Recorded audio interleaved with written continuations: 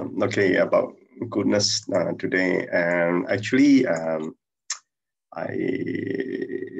this yesterday's lesson about avoiding obstacles, right? So today is about the goodness, and there's a reason for this, and I will try to cover that, and I think tomorrow that completes 3 teachings by the Buddha actually. Right. So here. Develop goodness in the hearts and how karmic condition to transform. So this goodness develop the ideal karmic condition for one to transform, and that's what it is. So if they cut off the goodness, that means they cut off the condition, how can then be transformed?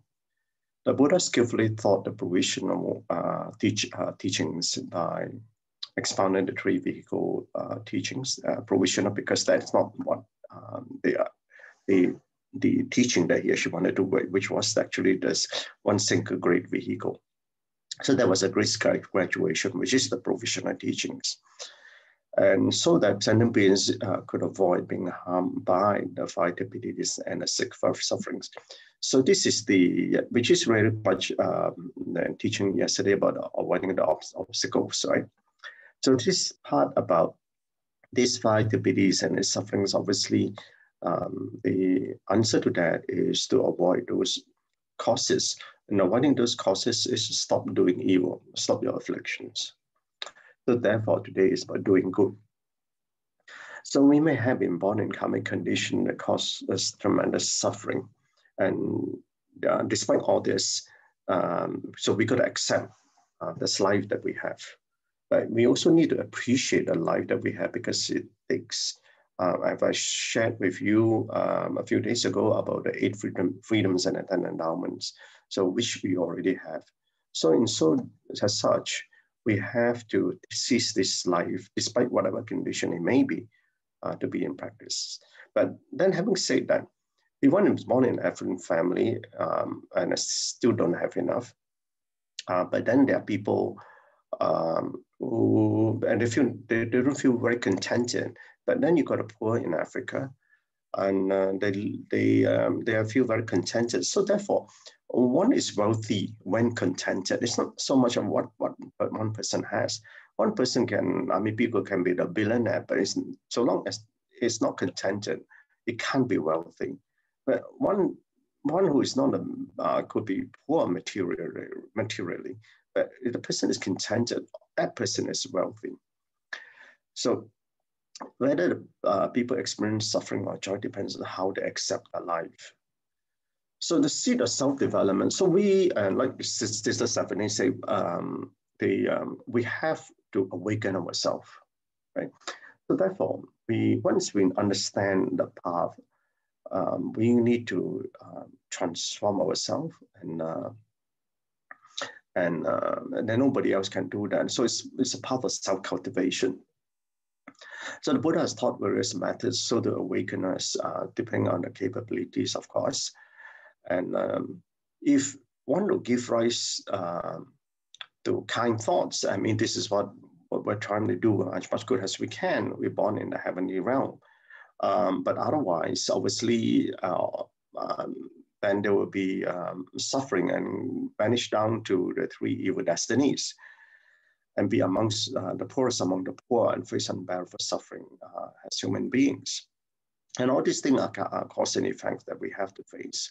So having understood this, despite whatever condition that we have, therefore we got to create this, we have to undertake this path of goodness for us to be able to have that condition to practice. So remember that I told you the story of this very poor man during the time of the Buddha. And he noticed that when the Buddha was in a village and everybody was doing dana, he got nothing to offer. And the Buddha told him, and he sent to see the Buddha, but told him, you don't have to be wealthy, you don't have richness to be good. And you can still be giving. You can give a smile, and you can give your efforts, and obviously those are wise teachings. So therefore, for us, having those freedom and the endowments to be able to practice is for us to seek the Dharma. And we Buddhist practitioners must say, we need to seek the Dharma, and we know we must seek. So, but many people heard the Buddha Dharma, but fewer number put it to practice. So, as I said, right now in the world, if you look at, forget about the 6 realms, let's look at 2 realms first, which we easily understand and easy for us to see, because human beings, there's 7.7 billion people in the world, and this is only in this world. Then there's animals, right? And a number of animals, there are a lot more than 7.7 billion people. So you look at all these beings, and let alone the animal realm, you got 7.7 billion people in the world, 535 million Buddhists.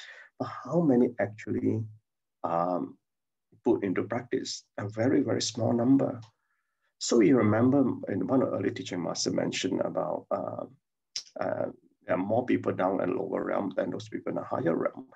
And so therefore, the number of people, seriously, as a percentage-wise, is extremely small.